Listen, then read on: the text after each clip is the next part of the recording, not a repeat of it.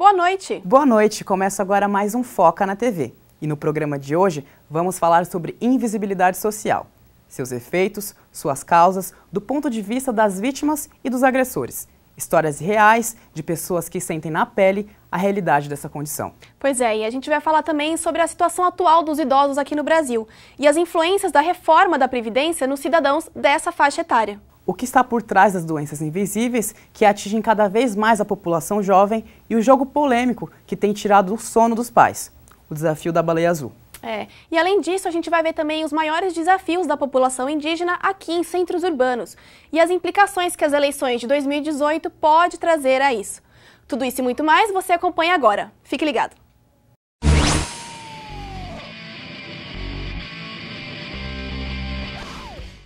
Você já deve ter ouvido falar sobre invisibilidade social.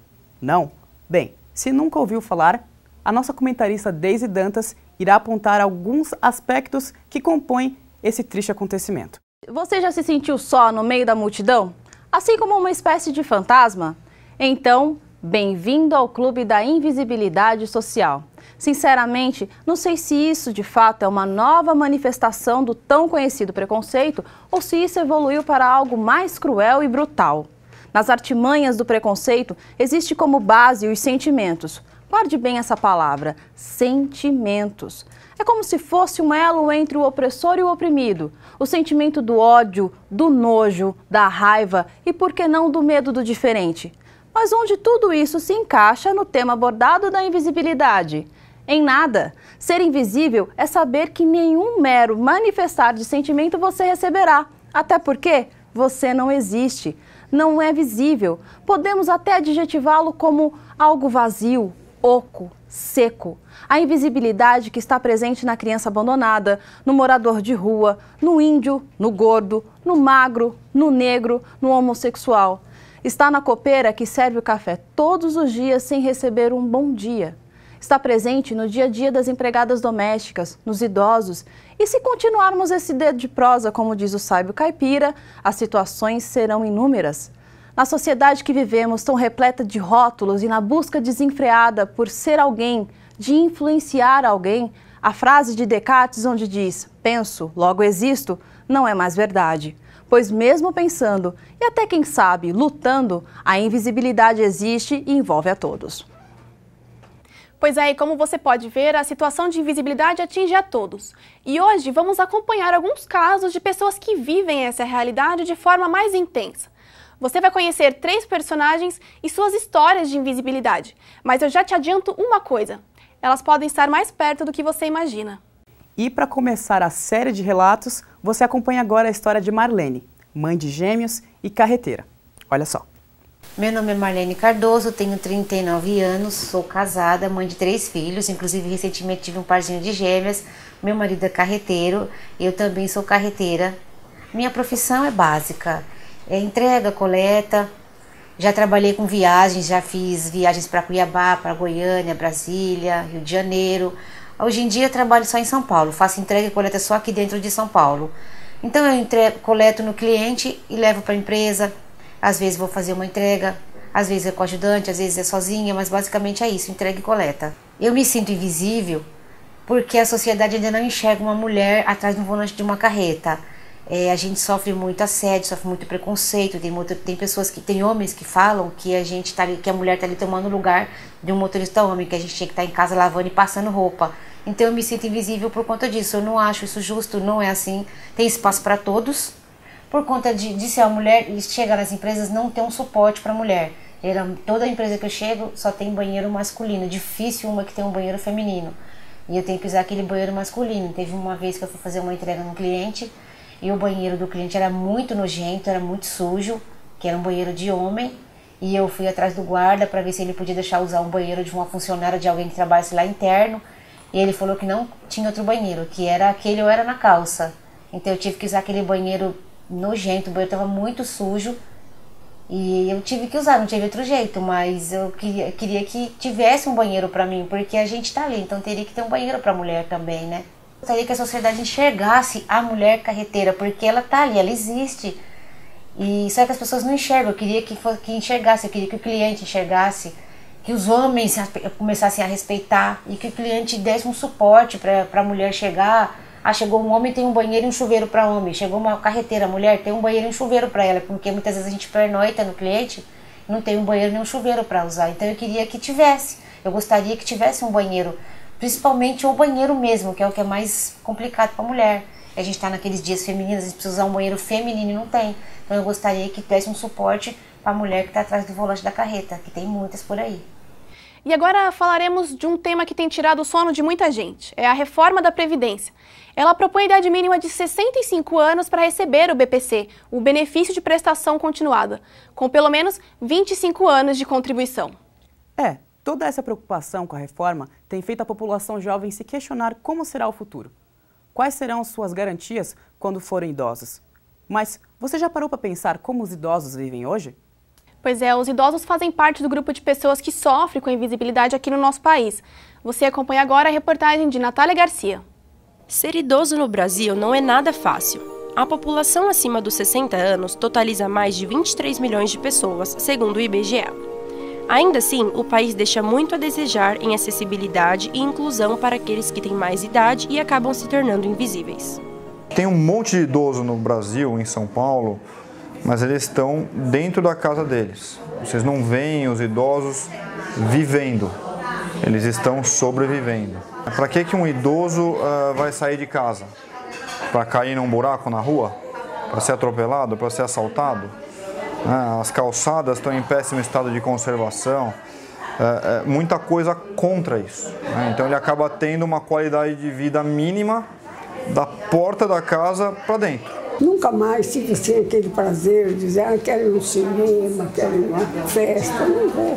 Se locomover, muitos idosos não tem como. Não tem. Vai depender de ônibus para se locomover, para ir para uma área de lazer? Não tem. Então eu prefiro ficar em casa.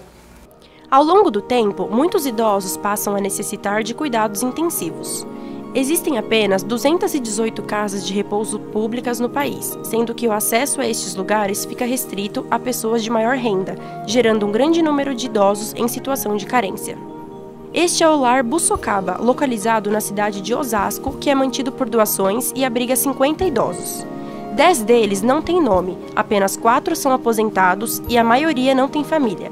O gasto mensal é de R$ 250 mil por mês. O governo paga a estadia de apenas 13 moradores. Sempre a gente passa dificuldade. A gente vive em situação de falta de dinheiro. Lógico que a sociedade nos ajuda um pouco.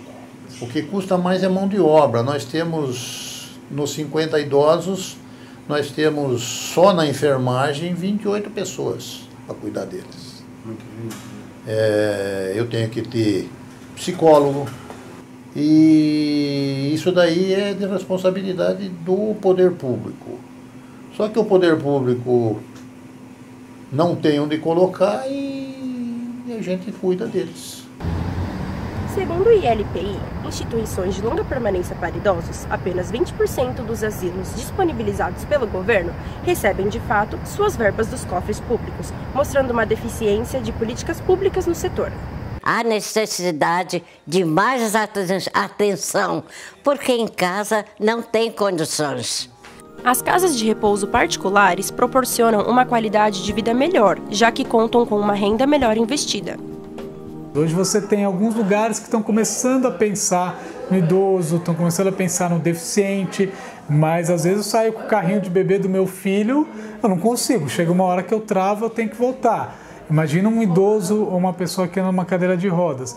Então acho que quando a gente compara o Brasil com países desenvolvidos, como a Europa e Estados Unidos, ainda tem muito a evoluir, nós deixamos ainda muito a desejar, temos muito trabalho a ser feito. Ainda há uma demanda de idosos que buscam as casas de repouso para passar suas vidas, mas não conseguem uma vaga. Respeitar o idoso é respeitar o próprio futuro e, para isso, é necessária uma colaboração coletiva. E no próximo bloco, vamos falar um pouco sobre a doença invisível que, segundo a Organização Mundial de Saúde, até 2020 será a doença mais incapacitante do mundo. Não saia daí.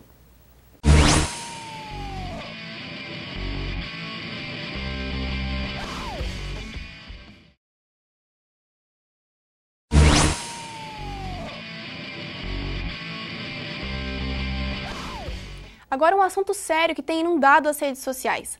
A série da Netflix, Os 13 Porquês, conta a história de uma adolescente que tira sua própria vida e deixa fitas explicando o que a fez tomar essa decisão para todos aqueles que direta ou indiretamente a influenciaram. A série tem levantado uma discussão urgente sobre o suicídio e a depressão. Doença essa que, de acordo com a Organização Mundial da Saúde, é a segunda principal causa de morte entre jovens de 15 a 29 anos aqui no Brasil. Pois é, e você acompanha agora a reportagem de Larissa Dark sobre essas doenças invisíveis. A vida na cidade grande é agitada. Trabalho, trânsito, transporte lotado e cobranças irreais. Essa perigosa combinação igualou São Paulo a cidades de guerra quando o assunto é população com transtornos psicológicos. Perigosas e destrutivas, essas doenças possuem uma característica que dificulta ainda mais o seu tratamento. Elas são invisíveis. Isso significa que, apesar de sabermos a sua existência, é difícil comprová-las em exames tradicionais. Então, como podemos combatê-las? Que pareça, as doenças psiquiátricas ainda têm muito preconceito por parte da população. A população acaba realmente excluindo essa pessoa e não entendendo, achando que é frescura, né? Tem várias doenças psiquiátricas que a depressão, por exemplo, ela é muito vista por muitos como uma tristeza, e é diferente, é tristeza e depressão. Tá? A tristeza, todo mundo fica triste em algum momento da vida. Durante um mês, durante o ano, na mesma semana. A depressão não, ela tem um curso e a partir daí você faz a avaliação e detecta a depressão. Então, as pessoas elas não conseguem entender quando uma pessoa apresenta a depressão, acham que realmente pode ser uma frescura. Quando eu pesquisei, eu comecei a perceber que nos sintomas, no que eu lia, que eu estava com isso, eu fui conversar com a minha mãe. E aí, a partir daí, a minha mãe foi super, ótima em relação a isso. Eu tive muita sorte, porque ela me ajudou muito. E aí a gente, enfim, começou a ir atrás de psicólogo, essas coisas, e foi quando eu comecei exatamente a fazer o tratamento. Quando nos machucamos, as feridas ficam expostas em nossa pele, e todos ao nosso redor conseguem identificar essa enfermidade. Mas, e quando somos atingidos por doenças que não são capazes de serem mostradas? Como podemos demonstrar ao mundo o que sentimos e o que nos afeta? Esse é o dilema enfrentado por pessoas que sofrem de depressão, ansiedade e crise do pânico, doenças psicológicas que afetam diretamente a vida de quem tem. Atualmente, depressão já é a maior causa de afastamento no trabalho, atingindo mais de 11 milhões de pessoas ao redor do mundo, de acordo com dados divulgados pela OMS, Organização Mundial da Saúde. E com isso fica o questionamento: como podemos lutar com algo que não somos capazes de enxergar? Não existe uma causa, tá? O que sabe é que as doenças psiquiátricas têm um fator genético, então se na família, irmãos, pais, avós já apresentaram alguma doença psiquiátrica, há maior possibilidade, probabilidade de alguém apresentar. O que acontece é assim, eventos, tá? A pessoa já tem uma predisposição e alguns eventos estressores podem ser o gatilho para desencadear isso. Então, por exemplo, eu já tenho uma predisposição a ter depressão e, de repente, eu perco um membro da família que eu era muito próximo, uma mãe, um pai, um irmão, e aquele fenômeno é como se ele ativasse, né, o gatilho para ativar a depressão.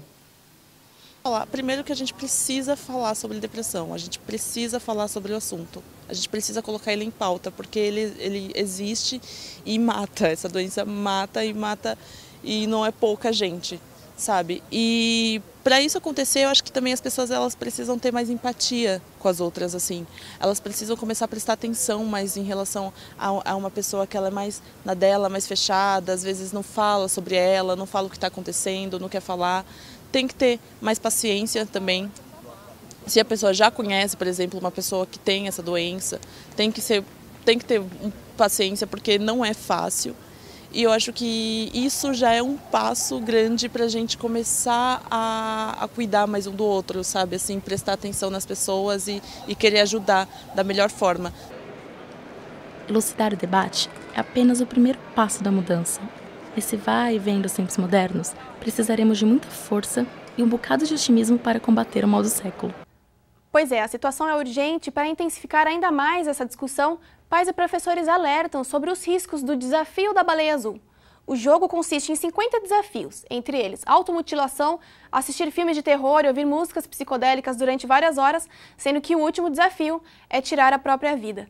Os desafios são enviados por curadores ou administradores que pegam os dados pessoais do participante para ameaçá-los caso pensem em deixar o jogo. Aparentemente inocente, esse jogo teve cerca de 130 casos de suicídio de jovens russos atrelados a ele.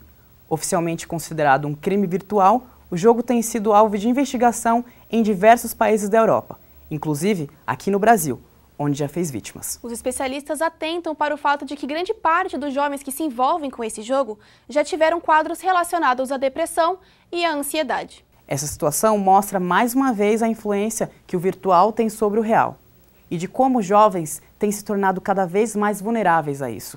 O comentarista Fábio Oliveira traz um recado importante sobre o assunto. Qual é a relação da tecnologia e a invisibilidade social? A tecnologia avança e não há nada que possamos fazer. Mas qual é a contribuição desse processo inevitável para a invisibilidade das pessoas? Cada vez mais nos fechamos em nossos mundos virtuais, ignoramos conversas e contatos afetivos em prol do uso de celulares e eletrônicos. As relações humanas são deixadas em segundo plano, contribuindo para uma indiferença generalizada. Por exemplo, valoriza-se muito mais a foto postada no Instagram do que o momento que se presencia. Quase que sem querer, nos transformamos em seres invisíveis ao olhar alheio, enclausurados no universo particular criado por nós mesmos. E tudo que não faz parte dele torna-se sem importância, invisível, indiferente. Para mudar esse quadro, é essencial repensar o valor dado à virtualidade. Não devemos colocá-la acima das relações pessoais e dos contatos que nos caracterizam como seres humanos. Se você ou alguém que você conhece está passando por uma situação como essa, não hesite em ligar 141. Esse é o número do Centro de Valorização da Vida, que realiza apoio emocional e prevenção ao suicídio. Vamos nos unir por essa causa. Bom, lembra que nós falamos sobre histórias de pessoas que enfrentaram a invisibilidade social?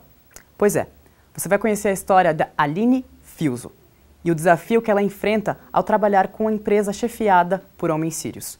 No começo, eu me sentia muito invisível. Eu dava alguma ordem e eu não era ouvida. Eu percebo que existe esse empecilho na cabeça deles de que uma mulher não pode trabalhar lá.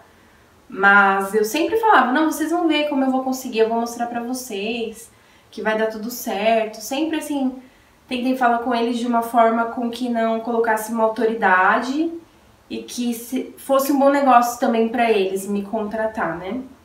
Consegui, eu tô lá na matriz agora, mas eu percebo que existe ainda alguma barreira. Existem 2 homens que têm o mesmo cargo que eu, mas eles ganham em média 50% a mais do que eu, só que as cobranças são as mesmas. Eles são muito preconceituosos até com relação a clientes. Se o cliente é uma mulher, é um negro, uma pessoa de qualquer outra origem, há uma diferenciação no tratamento, na solução do problema. Eu acho que eu ainda estou conquistando um espaço, eu ainda acredito que eu vou conquistar um espaço lá. A gente tem que aprender a falar não pro patrão. Quando ele está abusando do poder dele, digamos assim, né, querendo que você faça algo além do que é o combinado, você tem que deixar bem claro, olha, isso aqui é um acordo comercial, você me pagou para fazer isso tantas horas. Se você quiser algo além disso, a gente tem que fazer um novo acordo, com novos valores, novos horários e novas competências. É muito complicado para eles. Quando, por exemplo, a mulher ou a esposa, a namorada deles, amigas da mesma origem vão lá visitar, é todo mundo com burca, muito submissas. Então, eu acredito que faça parte do dia a dia deles. É difícil para eles entenderem que uma mulher pode ser tão competente quanto um homem. Eu me senti impotente, mas eu coloquei na minha cabeça que vai mudar. Não, vocês têm que entender que a partir de agora eu estou aqui e assim, eu não vou pedir demissão. Se vocês estiverem insatisfeitos, vocês vão ter que me demitir. Não é muito política da empresa demitir, então eles têm que me engolir. Eu sei que eu já conquistei um espaço, mas ainda tem muita coisa para conquistar. Ainda hoje você verá a situação dos indígenas na cidade de São Paulo e a emocionante história de Walter Machado, o ocupante de espaços públicos. Não saia daí!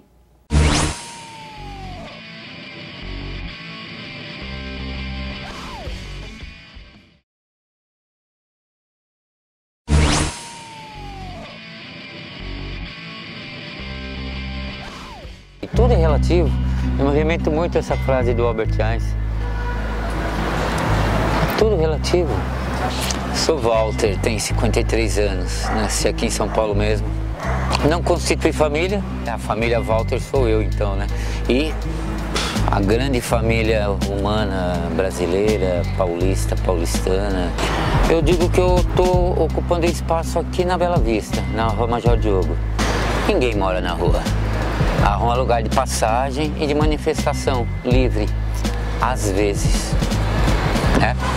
Existem os ocupantes, nós, ocupantes de calçadas, marquises, praças, parques, baixos de viaduto e outros logradouros abandonados, que na verdade não existe invisibilidade pública. O que existe é uma grande hipocrisia social, porque ninguém se transforma em invisível, né? As pessoas, cada um na sua, né?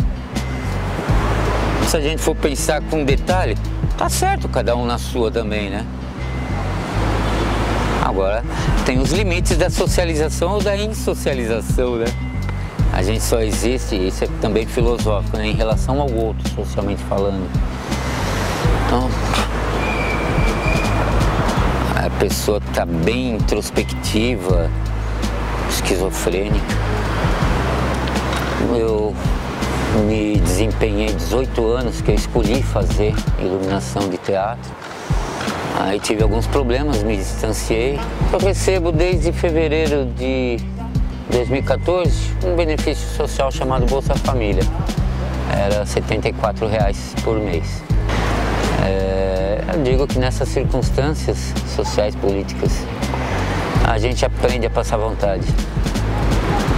Aí agora eu me remeto a um texto de uma escritora chamada Marina Colaçan, de 1972. A gente se acostuma com tanta coisa, mas não devia. A gente se acostuma em morar em apartamento dos fundos e não ter outra vista que não as paredes e as janelas dos prédios ao redor. E por não ter outra vista, logo se acostuma a não olhar pela janela.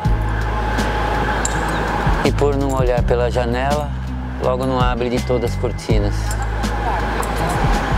E por não abrir de todas as cortinas, logo vai se esquecendo da brisa, da linha do horizonte, da amplitude, da amplidão. A gente se acostuma com tanta coisa, mas não devia. São muitos os grupos marginalizados na cidade de São Paulo. Além dos próprios moradores de rua ou ocupantes de áreas públicas, os indígenas também sofrem com essa realidade. É verdade, Wallace. Ano que vem teremos as eleições presidenciais e dá uma olhada no que um dos candidatos ao cargo disse em uma palestra no Clube Hebraica, lá no Rio de Janeiro. Pode ter certeza, se eu chegar lá, não vai ter dinheiro para ONG. Esses inúteis vão ter que trabalhar. Se eu chegar lá, no que depender de mim, todo cidadão vai ter uma arma de fogo dentro de casa.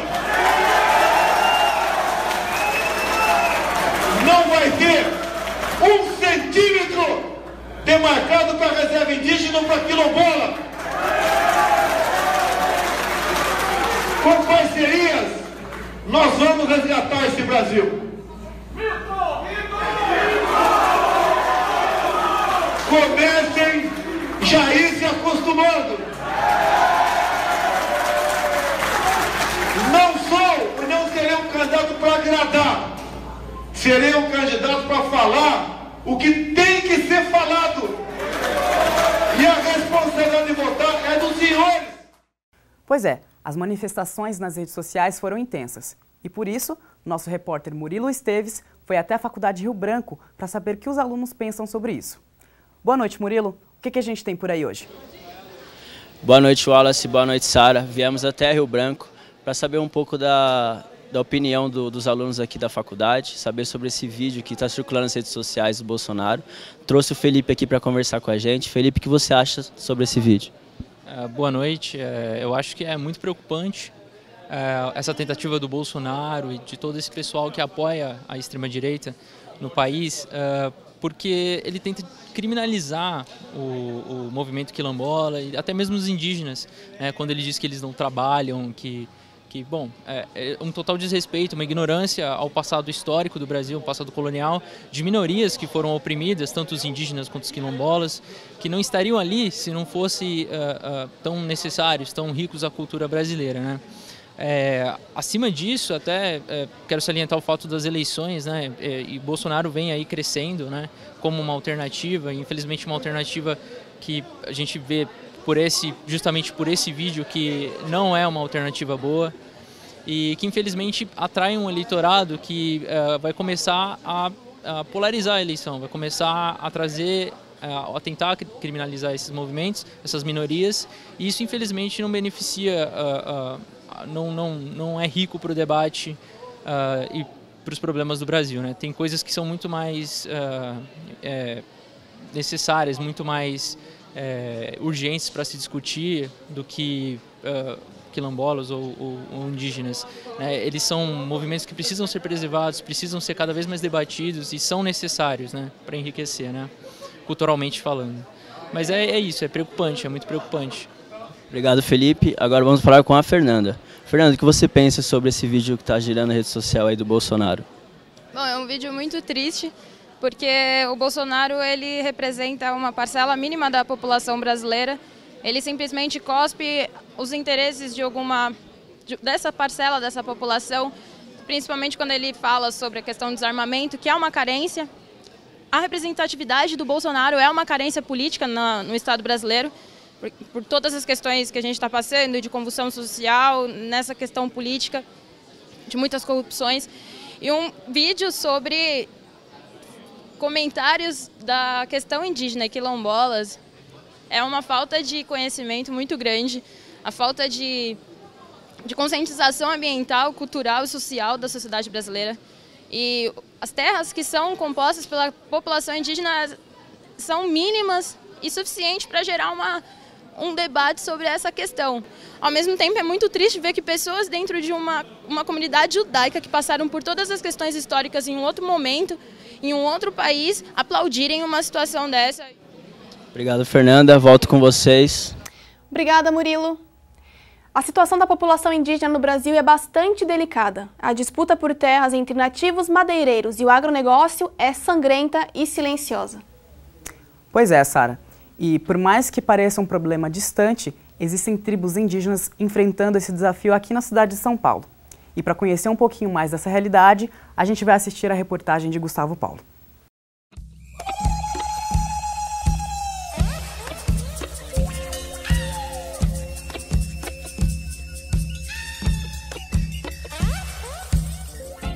Segundo historiadores, diversos povos indígenas já habitavam o continente brasileiro antes da chegada dos europeus. Esse número estava em torno de 5 milhões de nativos e todos eram divididos em tribos.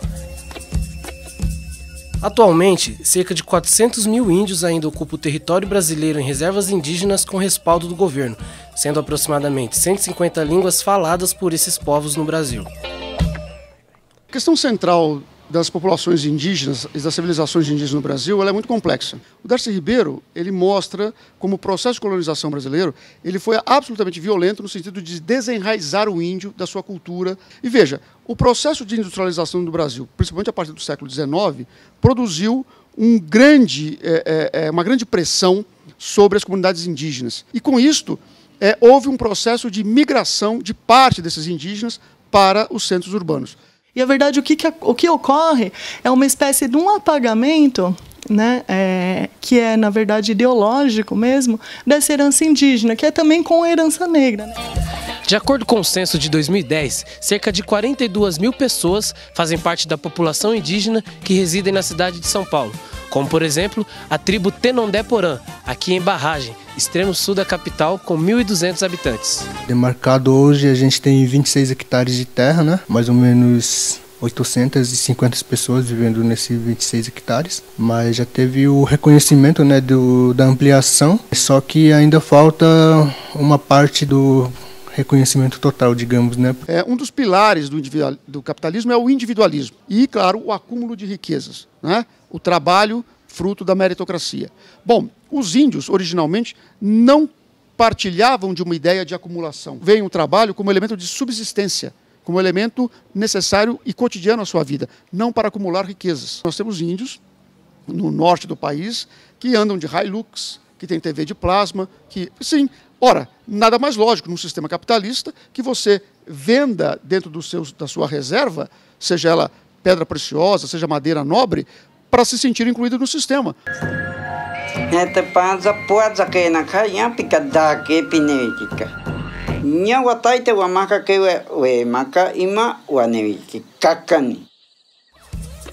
Apesar das modificações que a cultura indígena teve com a modernidade, a tribo Tenondé-Porã procura preservar alguns hábitos de seu povo, como, por exemplo, o ensino das armadilhas, línguas faladas e principalmente a religião. Mesmo com toda a assistência do governo, a luta desse povo ainda é o verdadeiro reconhecimento como cidadãos indígenas paulistas e um espaço maior para a plantação.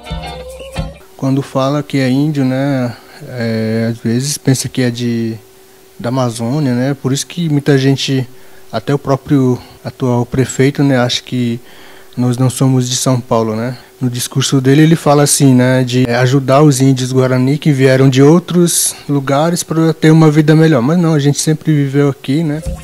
A narrativa da história brasileira é contada a partir da perspectiva do homem branco e romanceia a realidade de opressão e o sofrimento do povo indígena desde os anos 500. Mas como pode mudar essa realidade? De acordo com a Lei 11.645 de 2008, torna-se obrigatório o ensino das temáticas afro-brasileira e indígena nas escolas, mas para Adriano a solução vai além. Acho que para começar vale mesmo a Lei 11.645, né? Começar nos livros didáticos, né? Mas assim, não os livros didáticos atuais, que os livros didáticos atuais são escritos por historiadores, sei lá, antropólogos, né? Mas só que não é a realidade hoje do indígena, né? O livro que tem no livro didático é o índio de 1500, né? Antes da invasão do Brasil, né? Então, é isso que está sendo ensinado nas escolas. Para valer de fato essa lei, tem que ser o índio atual falando dele próprio, né? Se você quer realmente apoiar o indígena, você tem de apoiar a luta dos indígenas pela terra, a luta dos indígenas por melhores condições de vida. Ou seja, a luta indígena hoje, não uma ideia, não uma admiração, uma espécie de admiração platônica por um suposto indígena idealizado, né? Todo dia era dia de índio. Todo dia era dia de índio. São inúmeras as situações de invisibilidade ao nosso redor. E nós também somos responsáveis por reverter esse quadro. Não existem vantagens em ser invisível.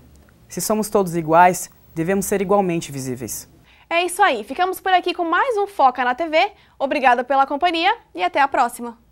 Muito obrigado, até a próxima. Você fica agora com a reflexão do comentarista Vitor Moura. Até! Nosso mundo é muito engraçado. Damos importância demais para coisas pequenas e esquecemos do principal, o ser humano.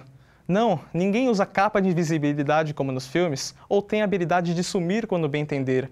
Ninguém deixa de ver, mas se esquecem de chegar. Já parou para pensar na importância do seu motorista de ônibus diário ou nas dificuldades que um trabalhador encara para colher nas plantações o alimento para milhares de brasileiros? E olha que há tantos que se encontram nesta situação e que vivem invisíveis para os outros, para todos.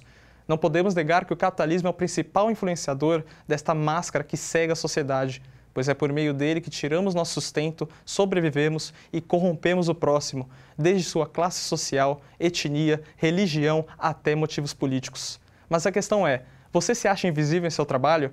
Acredita que é valorizado em sua profissão? Ou até melhor, trata todos de forma igual, com respeito e dignidade, desde sua diarista até o seu chefe no trabalho? Pense antes de não enxergar o ser humano. Você pode tropeçar.